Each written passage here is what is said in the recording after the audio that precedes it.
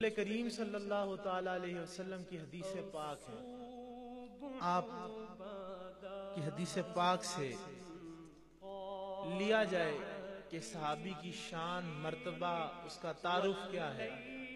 تو پاک نبی صلی اللہ علیہ وسلم ارشاد فرماتے ہیں، اور اس حدیث پاک کو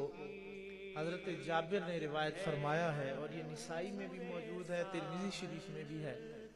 کہ حضور سرکار دو عالم صلی اللہ علیہ وسلم ارشاد فرماتے ہیں کہ جس مسلمان نے مجھے دیکھا اسے دوزخ کی آگ چھو نہیں سکتی، اور جس نے میرے دیکھنے والے کو دیکھا اسے بھی دوزخ کی آگ چھو نہیں سکتی۔ یعنی صحابی وہ شخص ہے کہ جس نے ایمان کی حالت میں کلمہ طیبہ پڑھ کر حضور کی زیارت کی ہو، وہ صحابی بنتا ہے، اور حضور فرماتے ہیں وہ بندہ جو مجھے دیکھ لیتا ہے، جو مسلمان، جو کلمہ گو، جو میرا غلام میری زندگی میں حاضر ہو کر میری صحبت اختیار کرتا ہے، صحبت مصطفیٰ، نسبت مصطفیٰ، تعلق مصطفیٰ کا یہ کمال اور درجہ ہے کہ حضور کو صرف دیکھ لینے سے۔ حضور کو ادھر وضاحت نہیں فرمائی، صحابہ کے اندر ترازو نہیں لگایا گیا کہ کسی نے کتنی نیکی کی ہے، کسی نے کتنا نذرانہ پیش کیا ہے، نہیں، اللہ نے بات مختصر قرآن میں فرما رکھی ہے، رضی اللہ عنہم،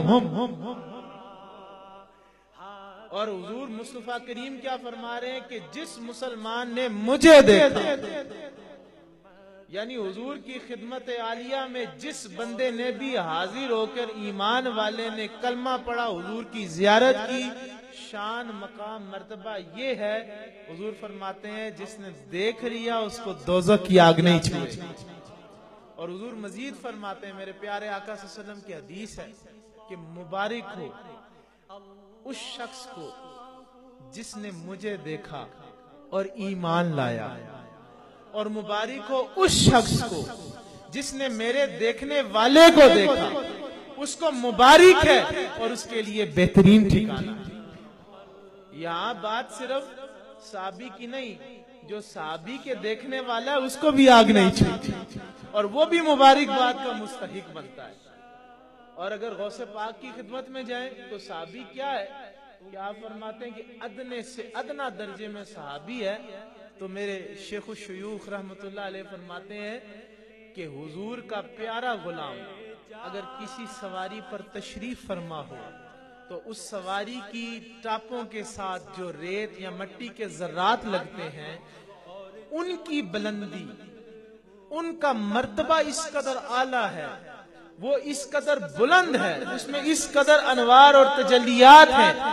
کہ جو صحابی کی سواری کے قدموں کے ساتھ، ٹاپوں کے ساتھ جو ریت کے ذرات لگ رہے ہیں، غوث پاک فرماتے ہیں اس کے برابر بھی تمام کائنات کی ولایتیں، عظمتیں، شانیں جمع کر لی جائیں